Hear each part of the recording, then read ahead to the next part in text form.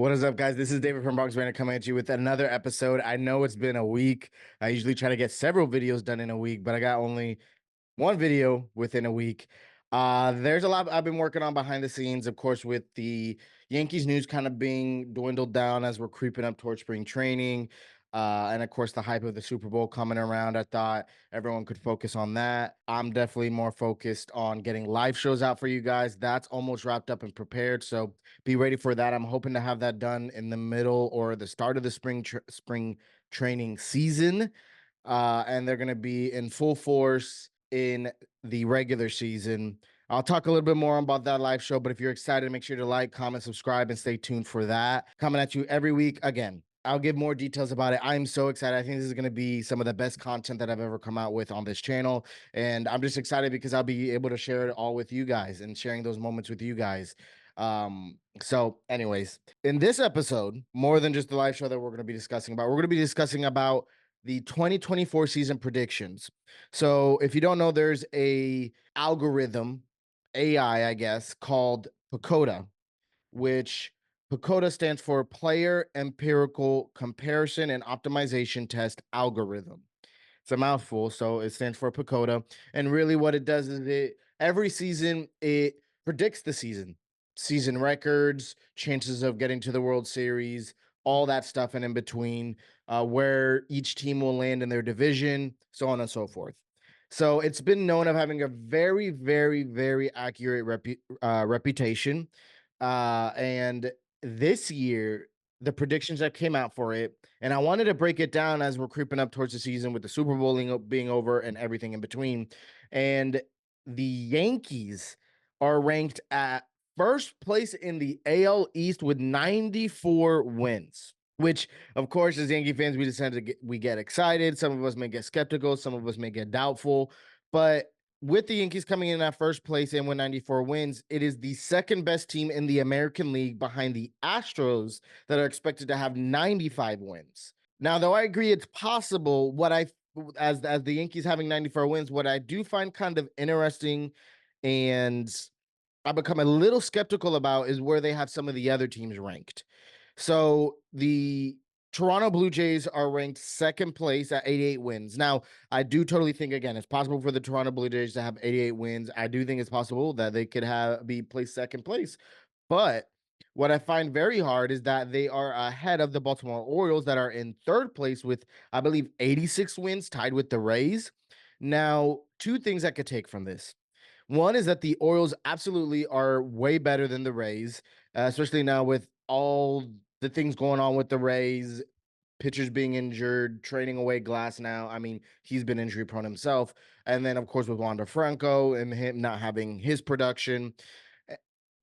I don't see how the Rays are going to be on the same level as the Orioles. Even if the Orioles tend to regress from an amazing year last year, the Orioles only got better. The Rays, I mean, I could be wrong, but I can't recall them getting much better in the offseason. With the acquisition of Corbin Burns, I don't see how the Orioles are only going to have 86 wins. Now, I don't know when Felix Bautista comes back, but I know currently he's out. I hope and think he's going to be back by the start of the season for the sake of the Orioles because he is one of, if not the best closer or reliever in baseball when he's healthy and going. So that'll play a big factor, I guess. But at the end of the day, I'm surprised that they're only ranked third place at 86 wins. 86 wins is very, very surprising. So that's where a little bit of my skepticism comes from. But focusing back on the Yankees, I find it very likely that they could easily get 94 wins and possibly even be in contention for first place with the Orioles. I know it becomes a little bit scary with, again, the addition of Corbin Burns, but it's very, very possible. Whether it's me just justifying and trying to prove any point I want to myself, or me coping with the moves that we have made, or the lack of moves that we have made in certain spots of the roster. I've come to terms with the idea that the Yankees are astronomically better than last year. So, and they're going to perform astronomically better than last year as well. They severely underperformed just with the team that they had. Forget about the additions we made. Just with the team they had, they've underperformed severely from the injury of Judge, from the injury of Rizzo, from the extreme lack of production from Stanton. The only bright spots were really and you could correct me, outside of the rookies, the only bright spots have been Glaber, of course, King, which is no longer on the team, and then Cole. Could be wrong. There may be some other. Oh, Ian Hamilton was exciting to see him break out a little bit with us this last season, but he's still with us, so we could expect good productivity out of him. But this year we have so much to look forward to, and this is real. This is a take that I've said with my friends and family within the last week or two, and I come to the realization, and I'm gonna share it with you guys. So listen up. And some of you probably have thought the same thing. This isn't some groundbreaking take, but what was the one thing? Well, it's not just one thing, but what was the biggest thing that we struggled with last year in terms of productivity? Now, of course, there's health. There's a whole bunch of things, but the one big thing I felt like that was just the overarching theme throughout the whole season last year was our offensive productivity. It wasn't our pitching. Weirdly enough, that we had just a destroyed starting rotation with Rodon underperforming, which is another person that we should mention. Severino underperforming, Cortez being injured. We still figured it out. And our biggest issue wasn't even our pitching staff, though that was destroyed. It was our starting lineup that was providing barely any production. And what did we do? Not only did we improve the starting rotation, let's be real, we may not have gotten the second ace that we've always wanted, but we still improved our rotation with depth, a good 3-starter in Stroman, 3-4 starter in Stroman.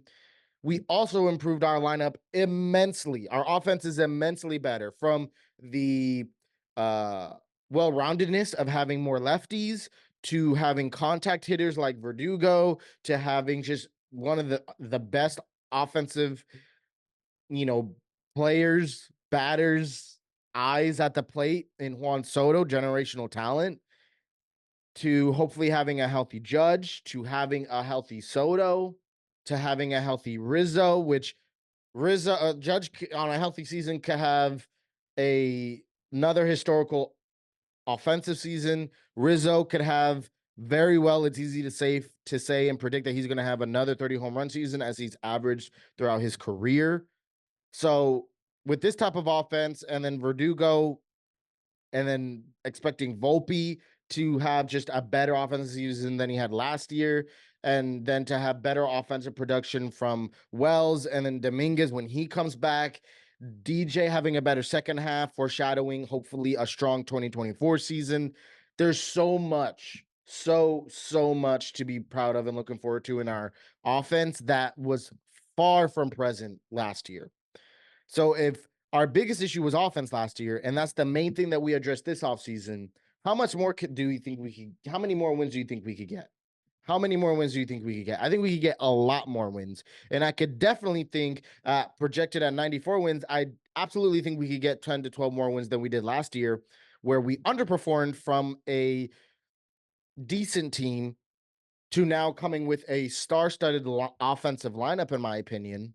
I absolutely think we could get a handful of more wins, expecting hopefully Rodon can't have a worse season than he had last year. There's so many things to break down in just what our team can do next season.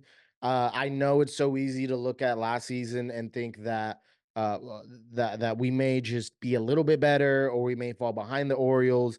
But if we won some of those games versus the Orioles or what have you, the season could look much different. And I think that's what 2024 is going to look like.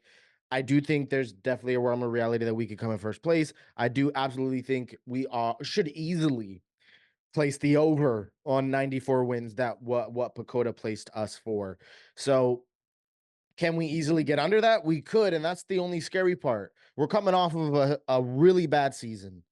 A really bad season. So it's not like other years in the past season that we can come in confidently thinking we're gonna come in first place. We're the favorites. We just don't know.